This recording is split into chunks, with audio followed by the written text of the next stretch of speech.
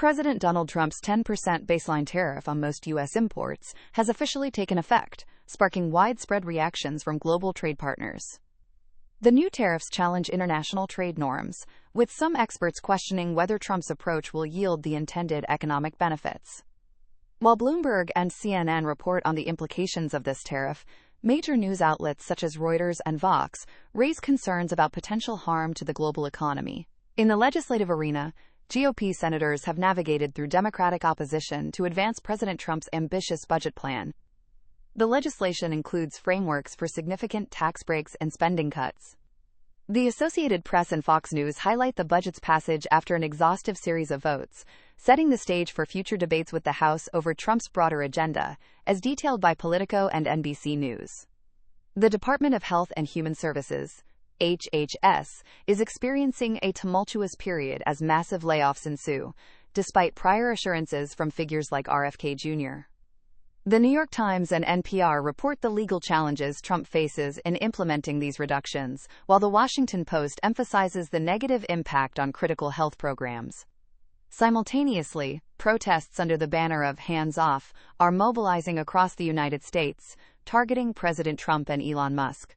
Organized by various activist groups, these rallies, highlighted by AP News and The New York Times, aim to channel public discontent over perceived overreaches by influential figures.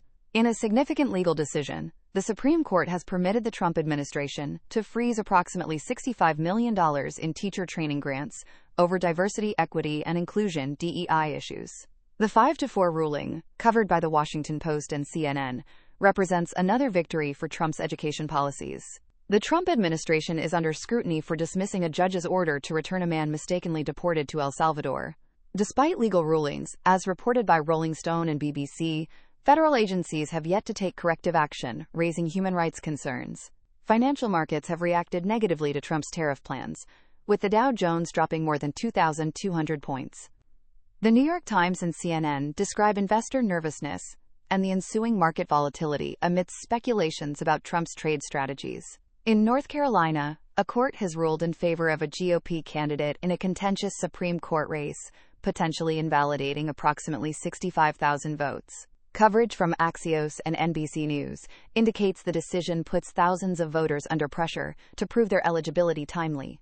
Representative Jerry Nadler has criticized President Trump over his attacks concerning university matters, describing the president's actions as insensitive towards anti-Semitism.